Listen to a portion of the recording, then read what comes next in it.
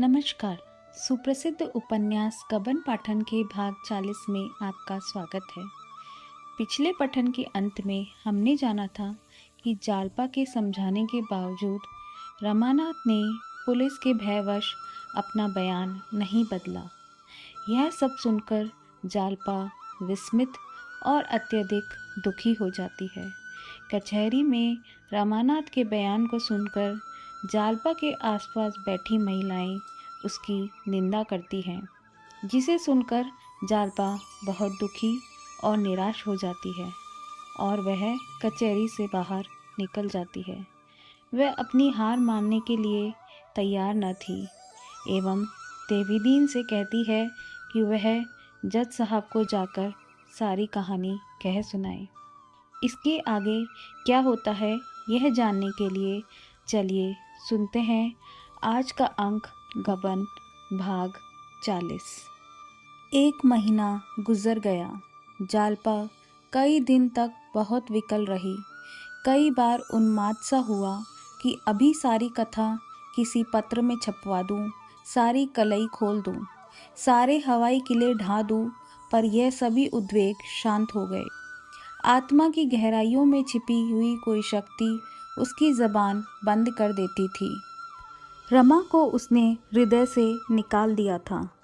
उसके प्रति अब उसे क्रोध न था, द्वेष न था, दया भी न थी, केवल उदासीनता थी।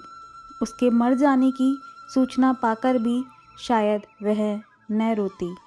हाँ, इसे ईश्वरीय विधान की एक लीला, माया का एक निर्मम हास्य, एक क्रूर कीड़ा समझकर थोड़ी देर के लिए वह दुखी हो जाती। प्रणय का वह बंधन जो उसके गले में 2-2.5 साल पहले पड़ा था टूट चुका था, पर उसका निशान बाकी था। रमा को इस बीच में उसने कई बार मोटर पर अपने घर के सामने से जाते देखा। उसकी आंखें किसी को खोजती हुई मालूम होती थी। उन आँखों में कुछ लज्जा थी, कुछ क्षमा याचना, पर जालपा ने कभी उसकी तरफ आँख न उठाई। वह शायद इस वक्त आकर उसके पैरों पर पड़ता तो भी वह उसकी ओर न ताकती। रमा की इस घृणित कायरता और महान स्वार्थपरता ने जालपा के हृदय को मानो चीर डाला था। फिर भी उस प्रणय बंधन का निशान अभी बना हुआ था। रमा की वह प्रेम विह्वल मूर्ति, जिसे देखकर एक दिन वह गदगद हो जाती थी, कभी कभी उसके हृदय में छाए हुए अंधेरे में क्षीण, मलिन, निरानंद ज्योत्सना की भांति प्रवेश करती और एक क्षण के लिए वह स्मृतियाँ विलाप कर उठती। फिर उसी अंधकार और नीरवता का पर्दा पड़ जाता। उसके लिए भविष्य की मृदु स्मृतियाँ न थी, केवल कठोर, नीरस वर्तमान विकराल रूप से खड़ा घूर रहा था। वह जालपा जो अपने घर बात बात पर मान किया करती थी, अब सेवा, त्याग और सहिष्णुता की मूर्ति थी। जग्गो मना करती रहती, पर वह मुंह अंधेरे सारे घर में झाड़ू लगा आती, चौका बर्तन कर डालती, आटा गूंथ कर रख देती, चूल्हा जला देती। तब बुढ़िया का काम केवल रोटियां सेकना था। छूत विचार को भी उसने ताक पर रख दिया था।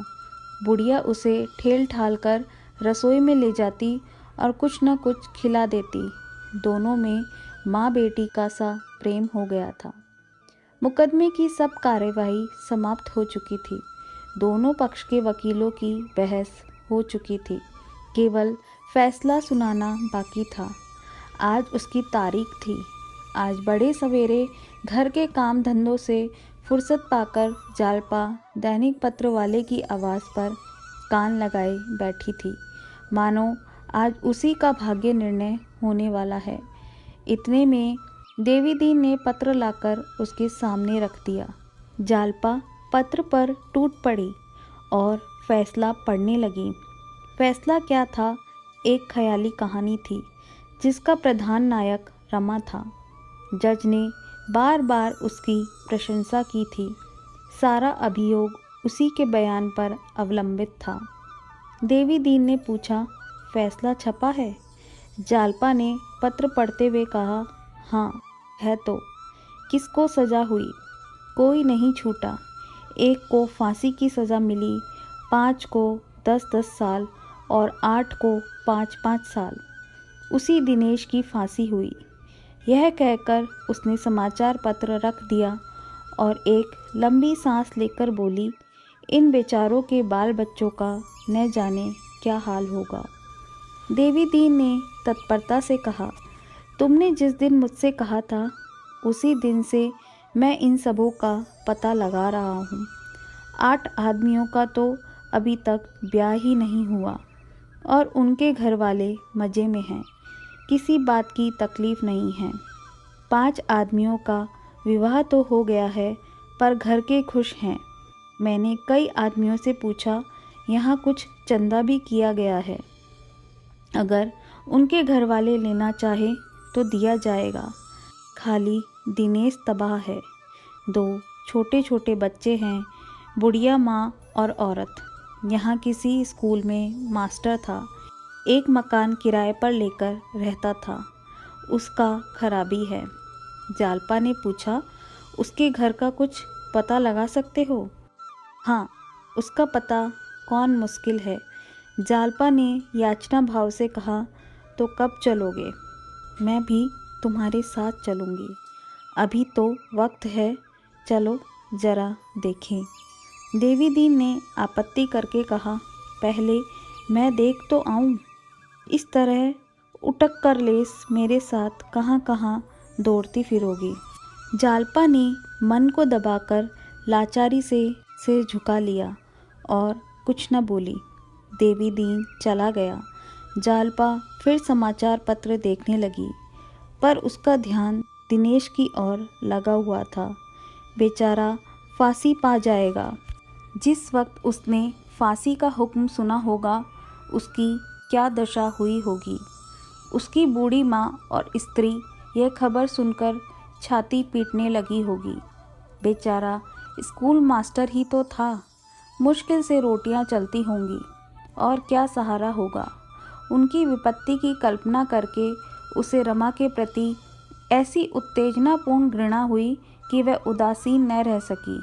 उसके मन में ऐसा उद्वेग उठा कि इस वक्त वह आ जाए तो ऐसा धिक्कारूं कि वह भी याद करे, तुम मनुष्य हो? कभी नहीं। तुम मनुष्य के रूप में राक्षस हो, राक्षस। तुम इतने नीच हो कि उसको प्रकट करने के लिए कोई शब्द नहीं है। तुम इतने नीच हो कि आज कमीने से कमीना आदमी भी तुम्हारे ऊपर थूक रहा है। तुम्हें किसी ने पहले ही क्यों न मार डाला। इन आदमियों की जान तो जाती ही, पर तुम्हारे मुंह में तो कालिक न लगती। तुम्हारा इतना पतन कैसे हुआ? जिसका पिता इतना सच्चा, इतना ईमानदार हो, वह इतना लोभी, इतना कायर। शाम हो गई पर देवी दीन न आया। जालपा बार बार खिड़की पर खड़ी होकर इधर उधर देखती थी, पर देवी दीन का पता न था। धीरे धीरे 8 बज गए और देवी न लौटा। सहसा एक मोटर आकर द्वार पर रुकी और रमा ने उतरकर जग्गो से पूछा, सब कुशल मंगल है ना दादी? दादा कहाँ गए हैं? जग्गो ने एक बार उसकी ओर देखा और मुंह फेर लिया। केवल इतना बोली, कहीं गए होंगे, मैं नहीं जानती। रमा ने सोने की 4 चूड़ियाँ जेब से निकालकर जग्गो के पैरों पर रख दी और बोला, यह तुम्हारे लिए लाया हूँ दादी, पहनो, ढीली तो नहीं है। जग्गो ने चूड़ियाँ उठाकर जमीन पर पटक दी और आंखें निकालकर बोली, जहाँ इतना पाप समा सकता है वहाँ 4 चूड़ियों की जगह नहीं है। भगवान की दया से बहुत चूड़ियाँ पहन चुकी और अब भी 1.5 सेर सोना पड़ा होगा, लेकिन जो खाया पहना अपनी मेहनत की कमाई से, किसी का गला नहीं दबाया, पाप की गठरी सिर पर नहीं लादी, नीयत नहीं बिगाड़ी। उस कोख में आग लगे जिसने तुम जैसे कपूत को जन्म दिया। यह पाप की कमाई लेकर तुम बहू को देने आए होंगे। समझते होगे तुम्हारे रुपयों की थैली देखकर वह लट्टू हो जाएगी। इतने दिन उसके साथ रहकर भी तुम्हारी लोभी आंखें उसे न पहचान सकी। तुम जैसे राक्षस उस देवी के जोग न थे। अगर अपनी कुशल चाहते हो तो इन्हीं पैरों से जहाँ से आए हो वहीं लौट जाओ। उसके सामने जाकर क्यों अपना पानी उतरवाओगे? तुम आज पुलिस के हाथों जख्मी होकर मार खाकर आए होते, तुम्हें सज़ा हो गई होती, तुम जेल में डाल दिए गए होते तो वह तुम्हारी पूजा करती, तुम्हारे चरण धो धोकर पीती। वह उन औरतों में है जो चाहे मजदूरी करे, उपवास करे, फटे चीथड़े पहने, पर किसी की बुराई नहीं देख सकती। अगर तुम मेरे लड़के होते तो तुम्हें जहर दे देती। क्यों ही खड़े मुझे जला रहे हो? चले क्यों नहीं जाते? मैंने तुमसे कुछ ले तो नहीं लिया है? रमा सिर झुकाए चुपचाप सुनता रहा। तब आहत स्वर में बोला, दादी, मैंने बुराई की है और इसके लिए मरते दम तक लज्जित रहूँगा। लेकिन तुम मुझे जितना नीच समझ रही हो उतना नीच नहीं हूँ। अगर तुम्हें मालूम होता कि पुलिस ने मेरे साथ कैसी कैसी सख्तियाँ की, मुझे कैसी कैसी धमकियाँ दी, तो तुम मुझे राक्षस न कहती। जालपा के कानों में इन आवाज़ों की भनक पड़ी। उसने जीने से झाँक कर देखा। रमानाथ खड़ा था। सिर पर बनारसी रेशमी साफा था, रेशम का बढ़िया कोट, आंखों पर सुनहली ऐनक। इस एक ही महीने में उसकी देह निखर आई थी, रंग भी कुछ अधिक गोरा हो गया था। ऐसी कांति उसके चेहरे पर कभी न दिखाई दी थी। उसके अंतिम शब्द जालपा के कानों में पड़ गए। बाज की तरह टूटकर धम धम करती हुई नीचे आई और जहर में बुझे हुए नेत्र बाणों का उस पर प्रहार करती हुई बोली, अगर तुम शक्तियों और धमकियों से इतना दब सकते हो तो तुम कायर हो। तुम्हें अपने को मनुष्य कहने का कोई अधिकार नहीं। क्या शक्तियाँ की थी जरा सुनो। लोगों ने तो हंसते हंसते सिर कटा लिए हैं। अपने बेटे को मरते देखा है, कोलू में पहले जाना मंजूर किया है, पर सच्चाई से जो भर भी नहीं हटे। तुम भी तो आदमी हो, तुम क्यों धमकी में आ गए? क्यों नहीं छाती खोलकर खड़े हो गए कि इसे गोली का निशाना बना लो, पर मैं झूठ न बोलूँगा? क्यों नहीं सिर झुका दिया? देह के भीतर इसलिए आत्मा रखी गई है कि देह उसकी रक्षा करे, इसलिए नहीं कि उसका सर्वनाश कर दे। इस पाप का क्या पुरस्कार मिला, जरा मालूम तो हो। रमा ने दबी हुई आवाज़ में कहा, अभी कुछ नहीं। जालपा ने सर्पिणी की भांति फुंकार कर कहा, यह सुनकर मुझे बड़ी खुशी हुई। ईश्वर करे तुम्हें मुंह में कालिक लगाकर भी कुछ न मिले, मेरी यह सच्चे दिल से प्रार्थना है। लेकिन नहीं, तुम जैसे मोम के पुतलों को पुलिस वाले कभी नाराज न करेंगे। तुम्हें कोई जगह मिलेगी और शायद अच्छी जगह मिले, मगर जिस जाल में तुम फंसे हो उसमें से नहीं निकल सकते। झूठी गवाही, झूठे मुकदमे बनाना और पाप का व्यापार करना ही तुम्हारे भाग्य में लिख गया। जाओ, शौक से ज़िंदगी के सुख लूटो।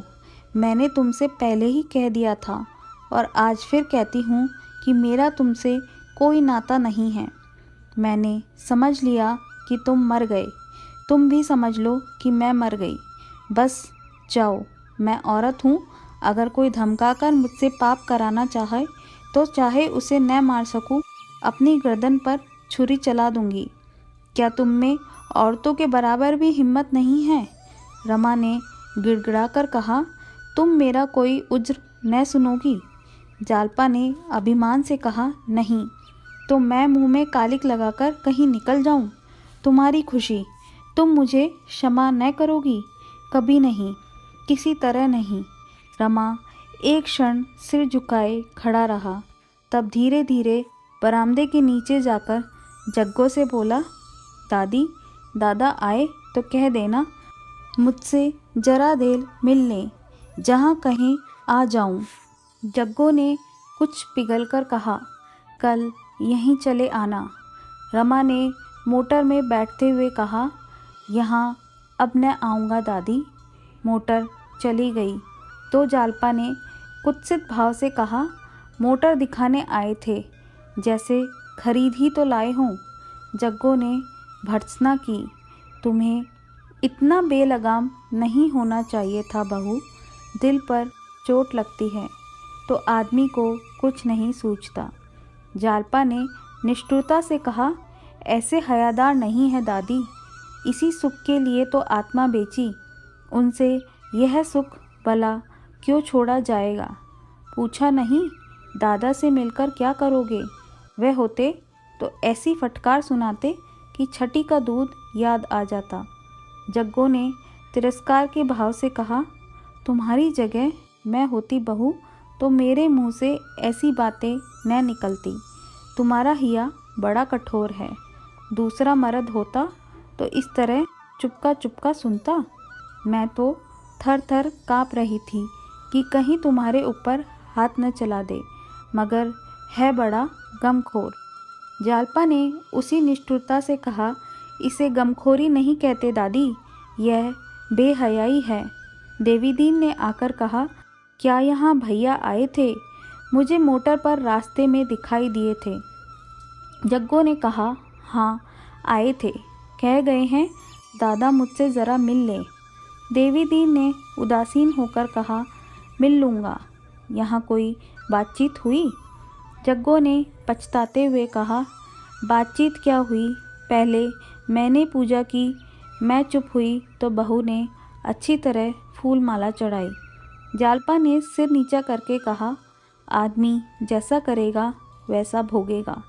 जग्गो अपना ही समझकर तो मिलने आए थे। जालपा कोई बुलाने तो न गया था? कुछ दिनेश का पता चला दादा? देवीदीन, हाँ सब पूछ आया। हबड़े में घर है, पता ठिकाना सब मालूम हो गया।